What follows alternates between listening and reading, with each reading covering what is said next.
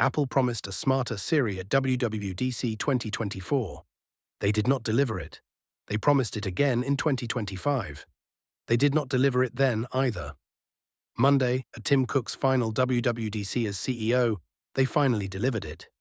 You might think, another Apple event. Another set of features I will use once and forget. Two things make this one fundamentally different. First, this is Tim Cook's last major keynote as CEO. He officially steps down on September 1st, 2026, handing the role to John Ternus, Apple's head of hardware engineering. Second, John Ternus did not appear on stage at all, the man who will run Apple in 3 months, invisible at the most important Apple event of the year. In Silicon Valley, that kind of absence is not accidental. It is a signal. Think about how many times you have tried to use Siri for something useful, and it failed. How many times you switched to Google or ChatGPT instead. That changes this fall. By the end of this video, I will show you the one sentence Tim Cook said in his farewell that nobody in the tech press quoted, and why it points directly at the iPhone 18 in September.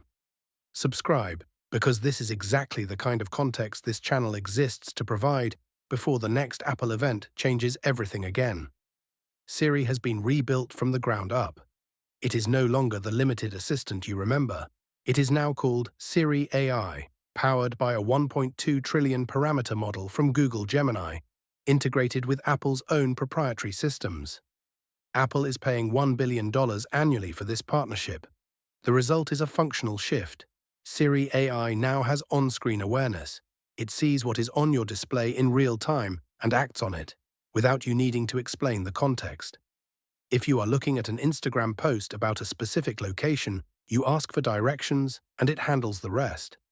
It has cross-app context. It pulls from your emails, messages, files, and photos to give you a unified answer.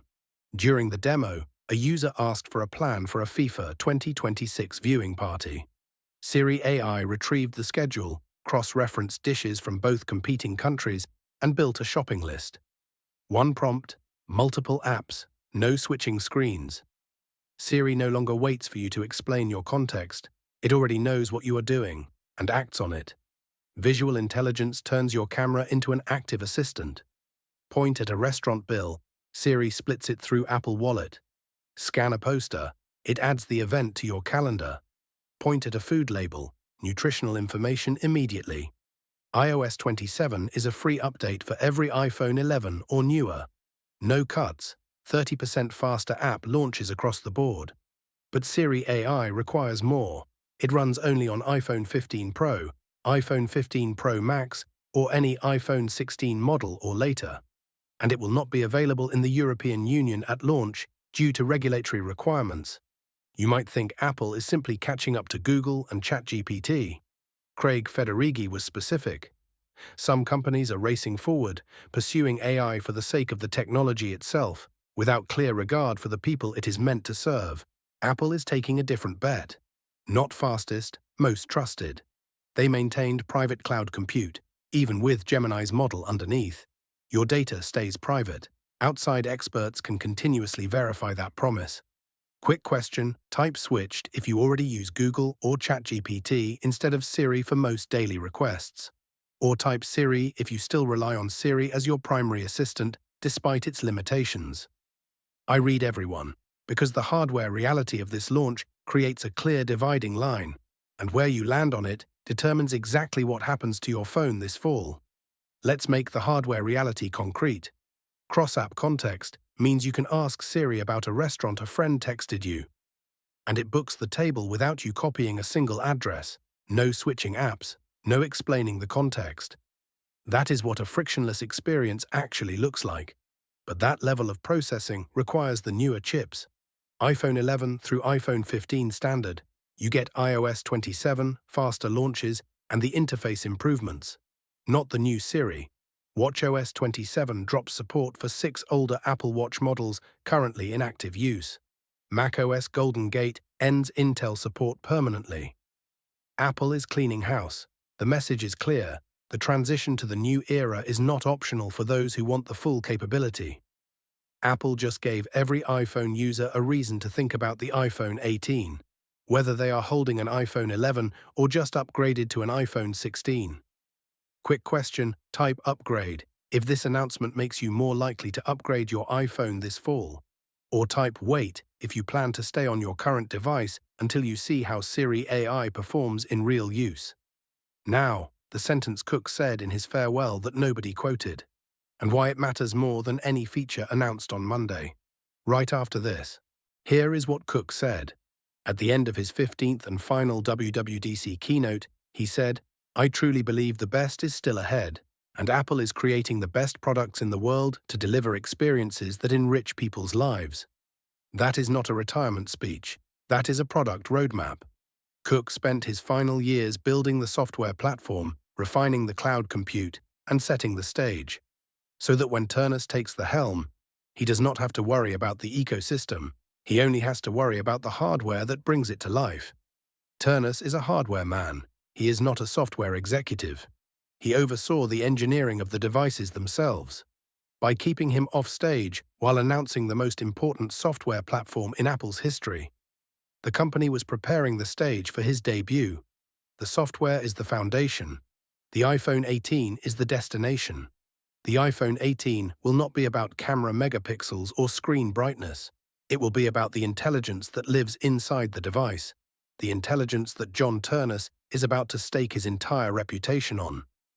Apple is not trying to win the AI race by being the most experimental.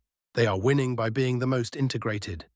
By separating the software update for the masses from the hardware requirements for the power users, Apple has ensured their installed base stays loyal while creating a compelling reason to upgrade. Once you see how Siri AI handles your actual work, you will not care about the processor generation. You will want the device that makes your life easier.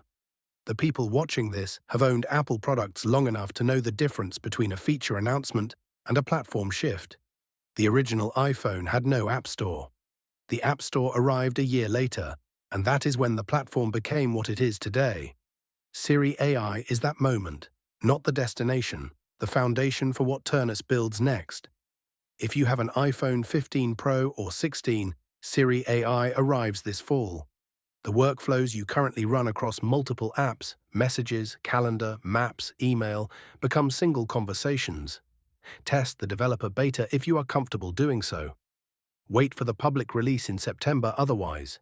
If you have an iPhone 11 through 15 standard, iOS 27 installs with speed improvements and interface updates. Siri AI requires newer hardware. The question is whether the iPhone 18, first device of the Ternus era, is the right upgrade moment for you. If you have concerns about AI privacy, Apple's private cloud compute, maintained alongside Gemini, is the meaningful distinction from Google and OpenAI. This is the version of AI built specifically with that concern in mind. Subscribe. Tomorrow's video covers what the 3 biggest AI releases this week: Fable 5, WWDC, and the incoming Gemini 3.5 Pro, mean for the AI race in June and what you should actually do about it. Apple held WWDC. Anthropic released Claude Fable 5 the same day. Gemini 3.5 Pro is still coming this month. 3 frontier releases converging in 1 week. That video is right here. For 15 years, Tim Cook ended every WWDC by telling developers what Apple built. On Monday, for the last time, he ended it by pointing at what is still coming. That is not a farewell. That is a handoff.